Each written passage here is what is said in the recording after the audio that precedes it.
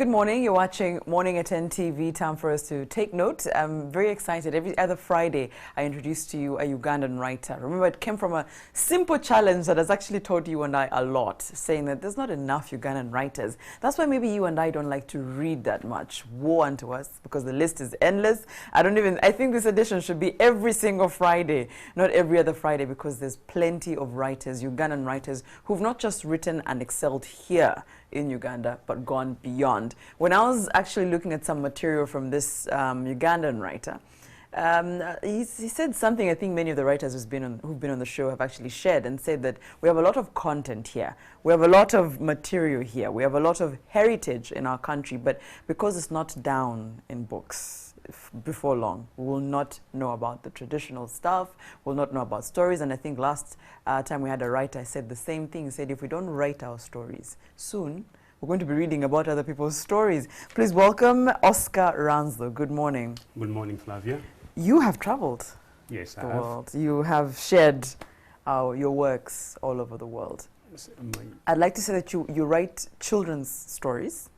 I write both children and adult fiction. In Uganda, I'm mostly focusing on children's stories, because I realized that no one was paying attention to writing for children. And yet, if we are going to build a reading culture, we needed to start with the young ones. Yes, that's why I decided to focus mostly on Ugandan, on stories for children. And my thinking that once they grow up and become adults, then I can give them, introduce to them the next phase. And then, fantastic. Yes. So you have quite a collection right in front of you. But you said reading.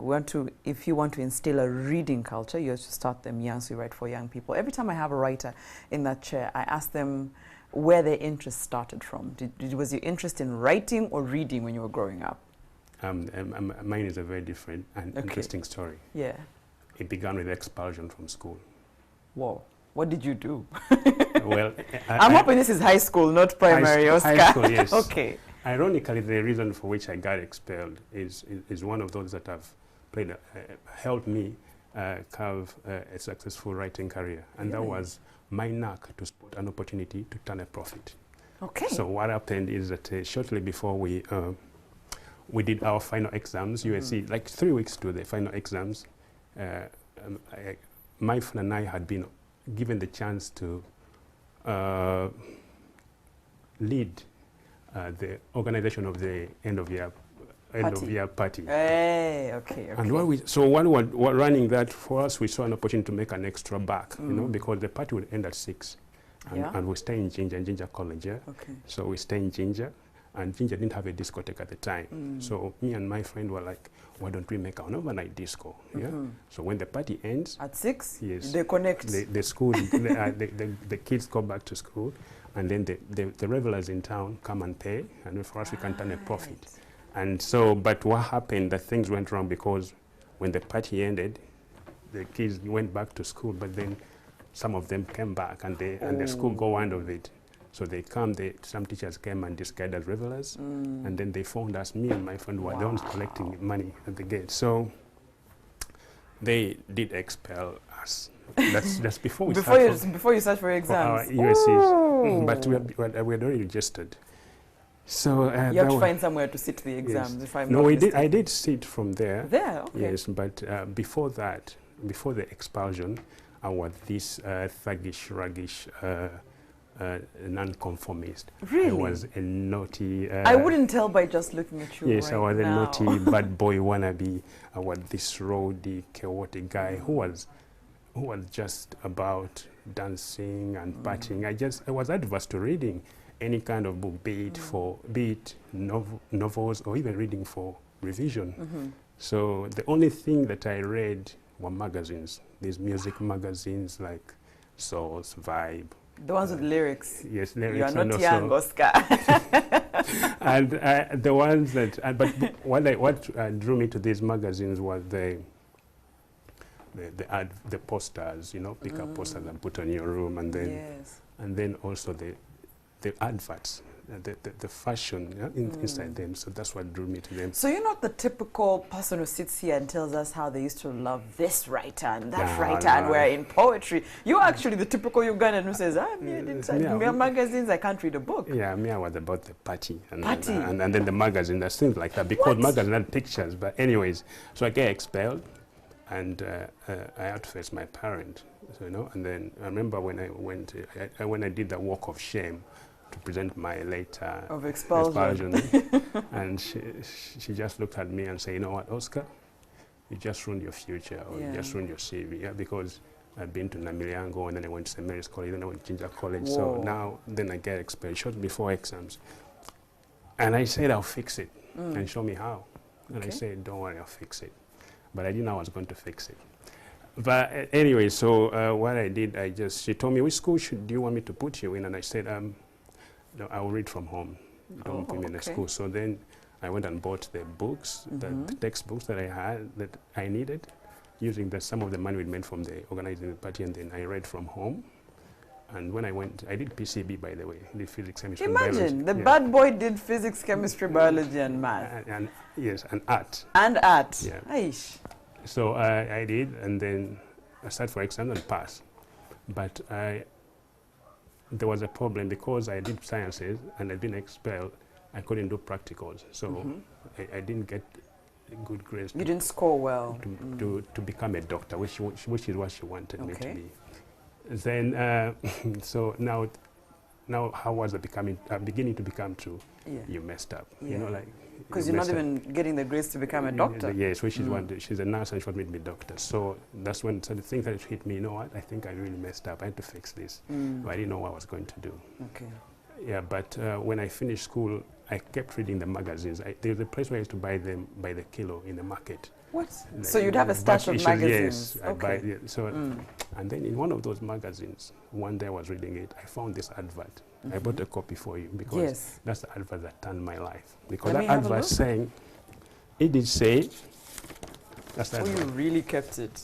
Yeah, I had to keep it. Why not be a writer? And it says, I'm sure I know what attracted Oscar to this opportunity. It says you can earn very good money in your spare time writing stories and articles. Exactly, it was the money that drew me to it. It was the money. Yes, you said, I can earn money. Let's do it. Let's do it. And they say you don't need experience. And it was like, okay. Yeah, I read it and I was like, okay, now. And then I took stock. I took stock of what was happening in the country at the time. And then I realized we had successful musicians, we had successful footballers, we had successful doctors, not a writer. No successful writer that we knew of. Then I took stock of my alma mater, St. Mary's College, and produced great doctors, great lawyers, great all kinds of people, but not writers. I said, this is what I'm going to do. This is how I'm fixing it. Yeah. So and you can earn good money, so why not? Yeah, of course the money drew me to it. And then, so I sent them a fax. Because I do see that it was a fax. Yeah. Oh wow, this is not correspondence course. There was no course like that. To the Writers Bureau in England. Yes, I sent it wasn't even an opportunity here in Uganda. No way. So wow. I sent them a fax, and after 1 month they sent me back my package, the details about. So wait, did you send something you had written?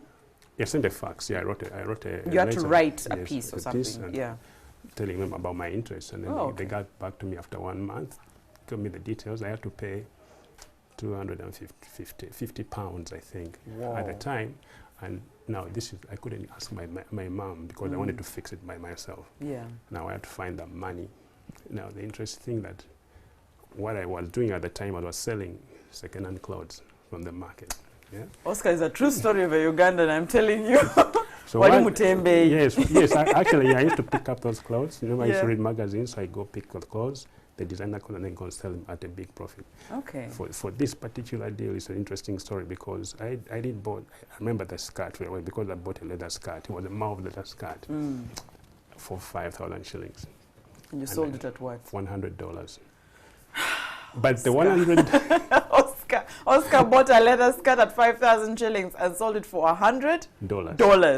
But this is how I got her to pay me $100 because you know dollars how they have this limit of a year. There's a certain year that they don't accept.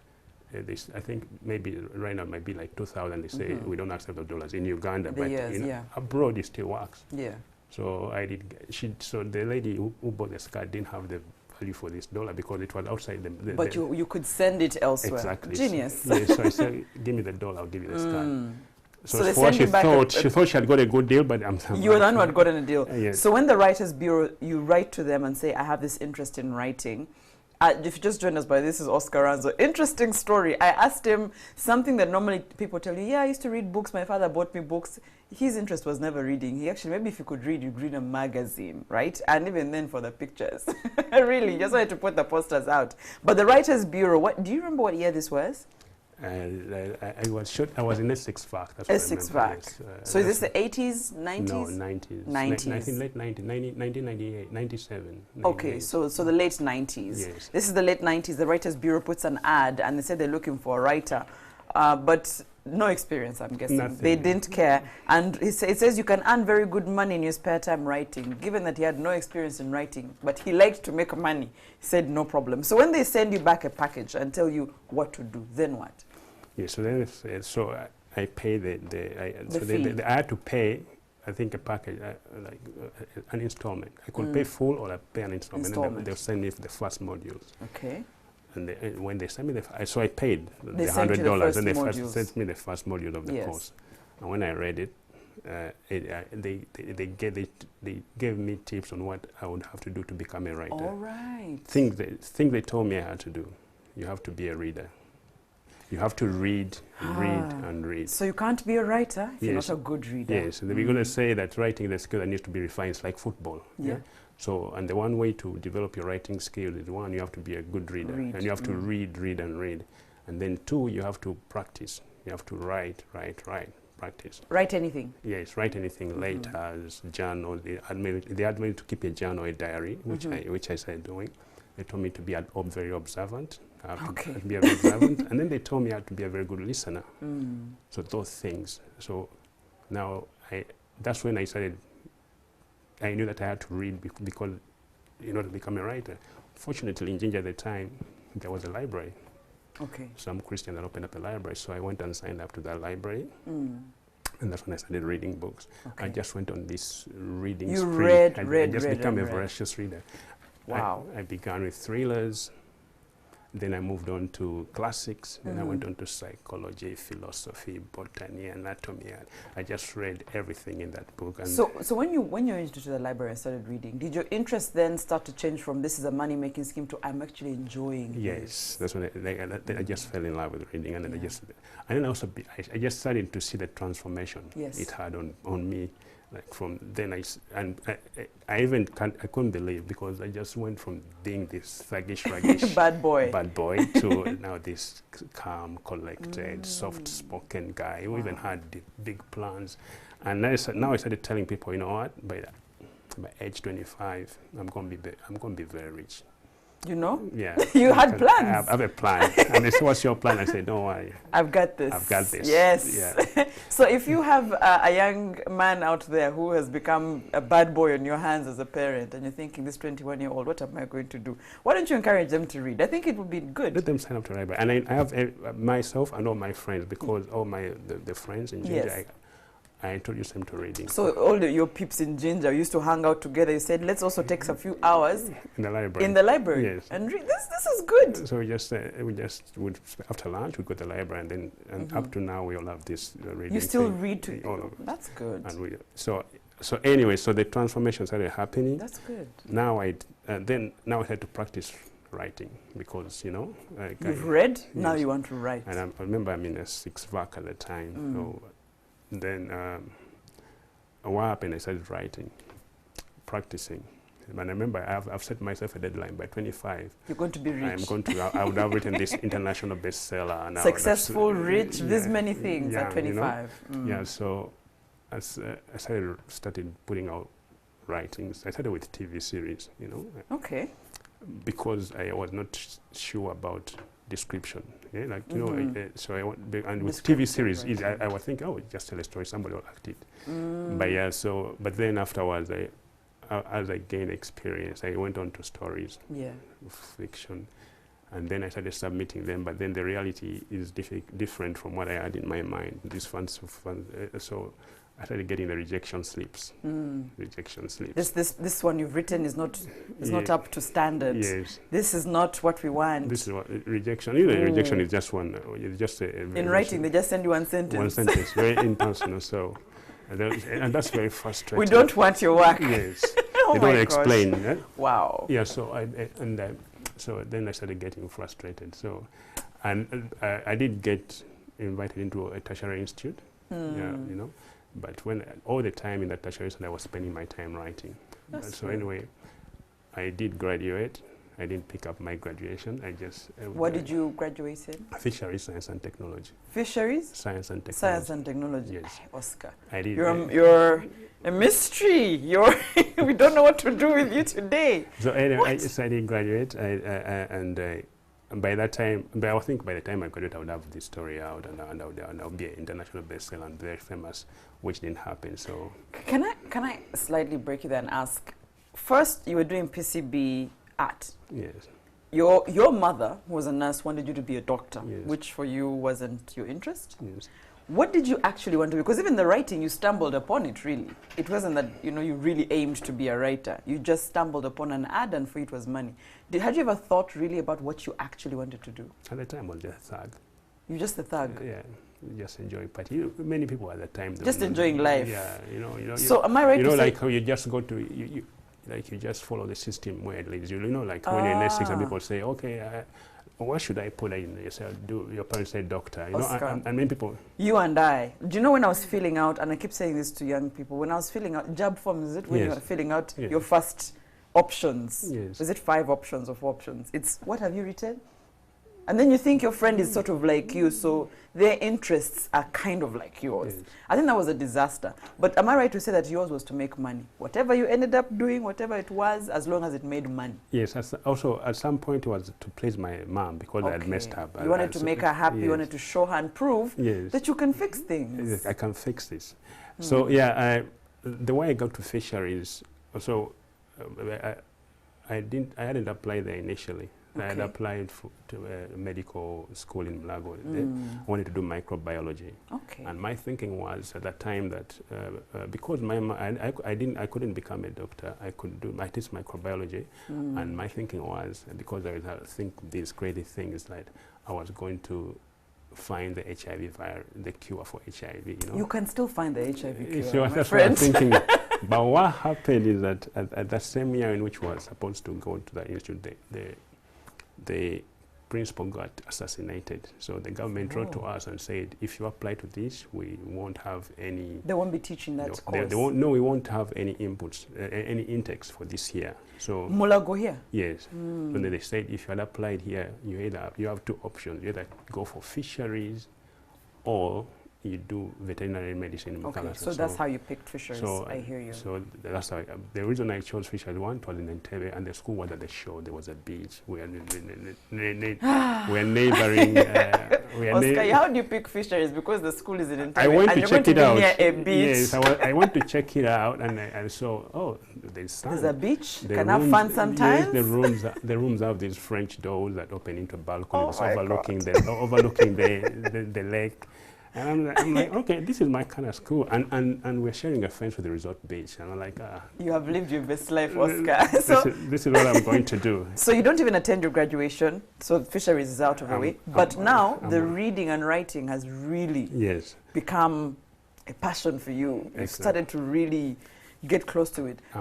With the rejection letters, I'm wondering when the first publishing or first option of your work coming out comes in. So the rejection. So what happened that when I got 25, what was my deadline? You were not rich and famous. Yes. So I took some radical decisions.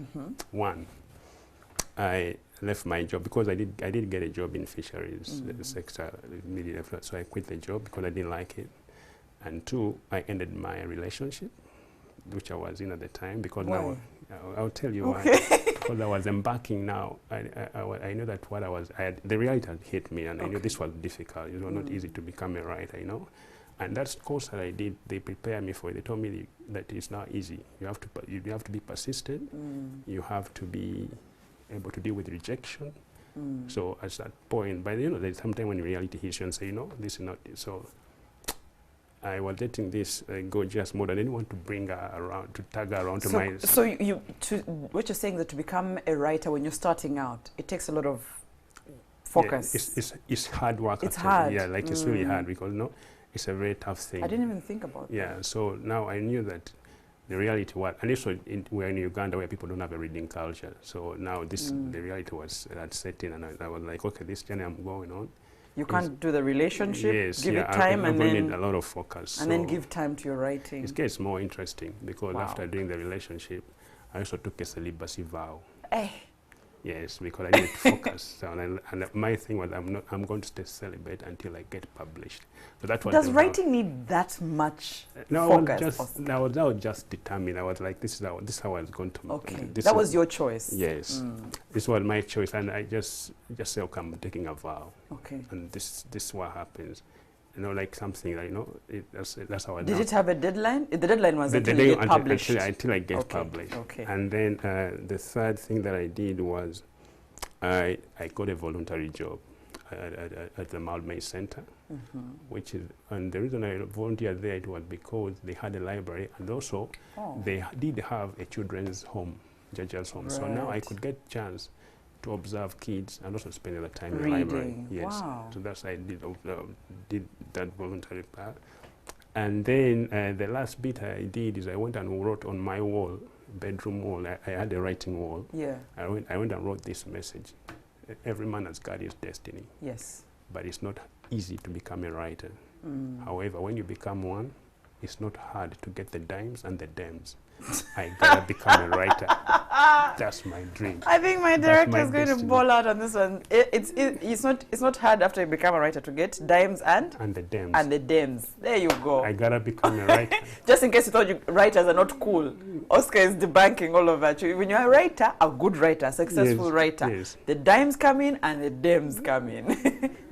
So you didn't know how long it would take you before you got published. Yes, I didn't know. But at that time, you could not predict that. Yes, at that time I realized because the rejections were coming in. And yes. I brought you one rejection letter. You can read one of that. That's the last rejection from University of Iowa. Yes. Thank you for your interest in the Iowa Short Fiction Awards for giving us the opportunity to consider your manuscript. This year, we received approximately 400 entries. We regret that your entry is not among the finalists and that we must decline without editorial comment. Why are people like this? That's the way Too much English to say no. Yes, that's the way it is. That's the way it is? Yeah. So when is what's that year that you got, maybe you don't get, do you get published straight away? No, you don't. You get accepted first. So the way I got published now, it's got more interesting because now at some point, after that, like where I've done my vow, and I had my story, so I realized that maybe I needed to get some feedback. Something was not right with my story, so I had to get someone was, because they don't really tell you exactly what is wrong with your writing. Yeah. All they're saying is we're not taking it, and yet you wanted to know what am I doing wrong so that I can make it right and move this faster. Who do you go to for feedback at that point? That's what I did. So I found this place. Luckily, Ginger has so many good things. So my friend at the time is called Patrick, another artist. He's got a job at this backpackers hostel. Yeah, that's where, and I went to check on him one day, and then while I was talking to him, this group of tourists came in. This is where tourists stay. Yes, yes. When they come to Uganda, to Ginger. And I would say, this is my place. One, these were people who speak English as their first language. Yes. And they didn't know me, so they could give me honest feedback. So yes, yes. I decided that I was going to turn this into my hangout, and it became my hangout. And I spent most of my days there, and I befriended lots of people who were tourists. And the good thing with the people, tourists are the most friendly people. They're open to it. Yeah, you tell them, I write, you say, really? Can I have a read? And they say, yeah, okay, I'll bring you a manuscript tomorrow. So then they might have more interest than us, the Ugandans. No, the Ugandans are like,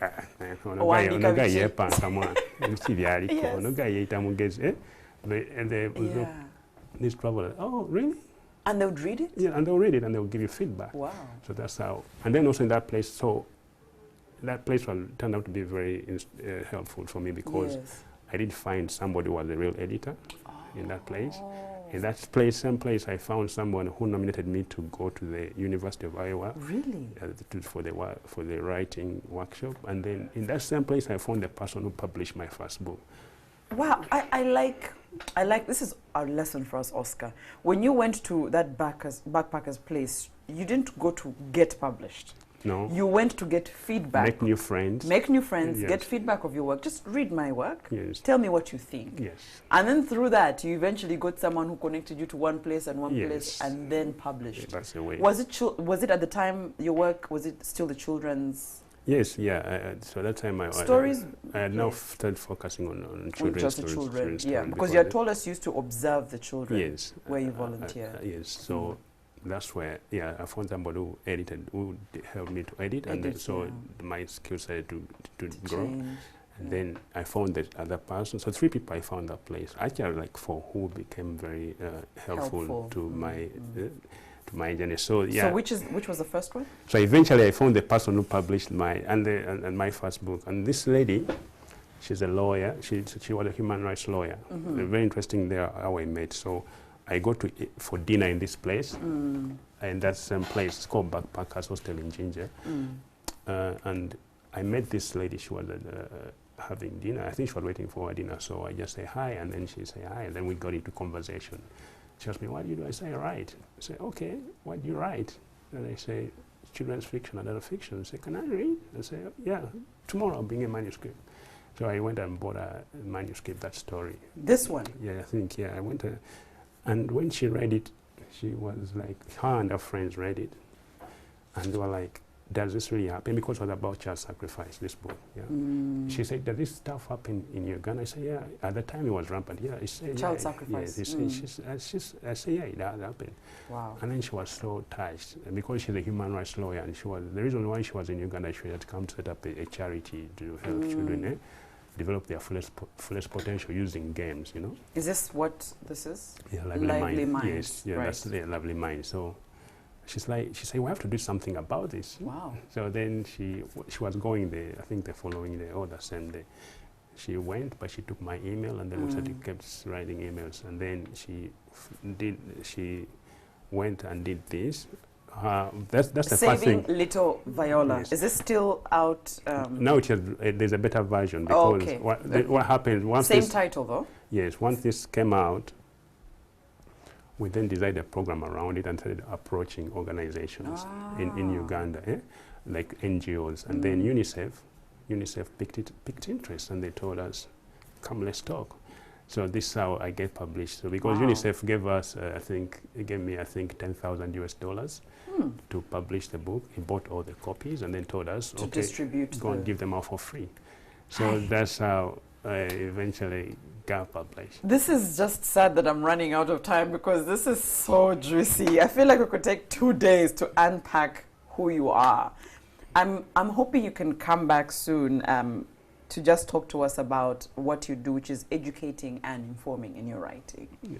Why there's that connection, why it's valuable to use both. You educate while, entertaining actually, let's use that. Educating while entertaining in writing. And perhaps that next time when you come back, and we need to, definitely, Oscar has to come back, you will also tell us the styles that we can use to actually do that.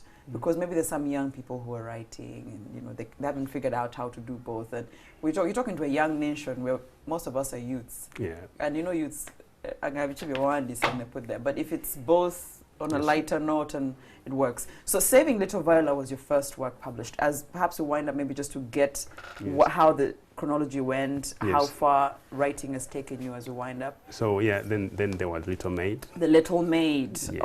Yes. So when you say Paul Ikonde, what does that mean? That's the one that's the one does the pictures. The arts, the pictures, illustrations. Yes. Children's books that have pictures in them. So are these books all available for schools? Yes. So can somebody buy these for their children at home? So where are they available? We have a very unique distribution strategy, which is based on the idea of not displaying the book. So I have a team of of consultants. I call them gorillas. Okay. And they are very good. So usually if you want books, you do call, and then they'll find you wherever you are. Deliver. Yes. So they can deliver to They do anyone. deliver, yeah, so we do have them. All right, so this team of gorillas, how can we access this team of gorillas? Yeah, they're best way to, yes, usually if you go to our website, usually you can... Yeah, so just tell them what the website is so they can... The website is www. I think you're here, yes. www.theoasisbookproject.org, and there's information about our project and all how to contact us and how to purchase books. However, yes, you can also come to our offices in Buya, Okay. and then you can pick up some books. Yeah. Be advised on which one makes sense. Yes. These are all really child friendly. They're all children's books. There's the Little Maid. There's the Wise Milk Boy. The Jewels of Amuria. Of Amuria, yes. Ah, okay.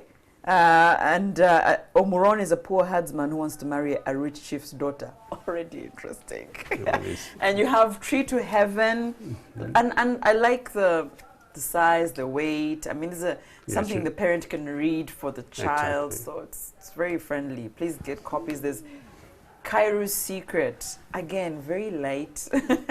Lots of illustrations. I think use the same person to illustrate. Yes, this one has a different illustrator though. Oh, okay. Joseph Agawa Haman. This is Miracle in Amuru. You're really writing for the Ugandan. Yes, exactly. You have Dad's Party, you have Jomo's Uniform. Then the Jomo series are the most popular. Oh, these are the Jomo series. Yes. Are these the most popular, you said? Very popular. Jomo's Uniform, Jomo's Car, Jomo's Twin, and Jomo's Gift. Guys, please go to oasis.com. Yes. Yes, please. And look through their catalog. The offices are in Buya. Just find Oscar Ranzo. And yes, in a few weeks, he'll be right back here to talk to us about what he does best.